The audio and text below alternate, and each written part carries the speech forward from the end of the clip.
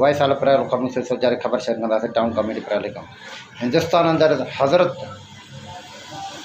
मोहम्मद सल्लल्लाहु अलैहि वसल्लम जे शान में गुस्ताखी खिलाफ़ ताफ़ुज़ नाम रिसालत रैली हिंदुस्तान सां सफ़र करण लाॻापा ख़त्म करण जो मुतालबो कयो वियो।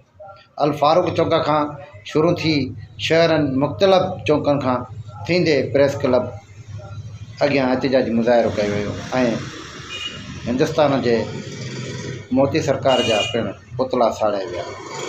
उन मौक़े ते अॻवानी हाफ़िज़ ग़ुलाम अब्बास उलरो, ज़ाहिद हुसैन हक़ानी ऐं ॿियनि ख़िताब कंदे चयो त इंडिया सां तमाम ताल्लुकात मुअत्तल रहनि। असांजी तमाम मुसलमान जो मुतालबो आहे पूरी दुनिया जे मुसलमाननि जो ऐं जेके मुसलमान असांजे मुल्क में रहनि था ख़ुसूसन होटल वारा दोस्त जेके इंडिया जे फिल्मनि जा शौक़ीन आहिनि उन्हनि खे बि घुर्जे त इंडिया जी मसनूआत सां गॾोगॾु इंडिया जे इन फिल्म इंडस्ट्री जो भी तमाम सोशल बाइकाट करे पंहिंजे ईमान जी हिफ़ाज़त कनि।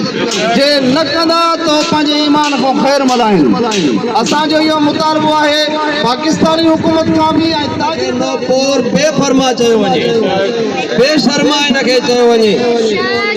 हिन हुज़ूर पाक सल्लल्लाहु अलैहि वसल्लम जी गुस्ताखी करे पूरे उम्मत मुसलमान जी दिलादारी कई आहे। असां इहो हुकूमत पाकिस्तान खां मुतालबो था कयूं त इंडिया सां एहतिजाज करे उन सां सफ़ारती ताल्लुकात ख़त्म करे। छा इहो तव्हांखे मुतालबो मंज़ूर आहे? उन खां बाद पूरी दुनिया की तकलीफ़ थिए थी कंहिंजे सियासी अॻुवाण जी गुस्ताखीअ ते पूरी दुनिया खे तकलीफ़ थिए थी। कंहिं मुल्क जे इदारे ख़िलाफ़ मौत जे ख़िलाफ़ ॻाल्हाइण ते पूरी दुनिया खे तकलीफ़ थिए थी। लेकिन अफ़सोस सां चवणो पए थो हेॾे ॿिन्ही जहान जे सरदार जी खुलेआम तहरीर कई वई आहे। हुकूमत पाकिस्तान भी ख़ामोश आहे, पूरी दुनिया जी हुकूमत ख़ामोश आहे।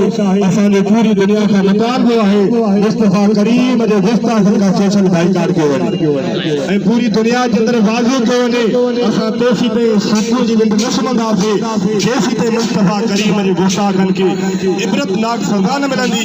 जिन सिर्फ़ मुस्तफ़ा करीम जी न बल्कि ज़ौजे रसूल अम्मी आयशा जे शान बि गुस्ताखी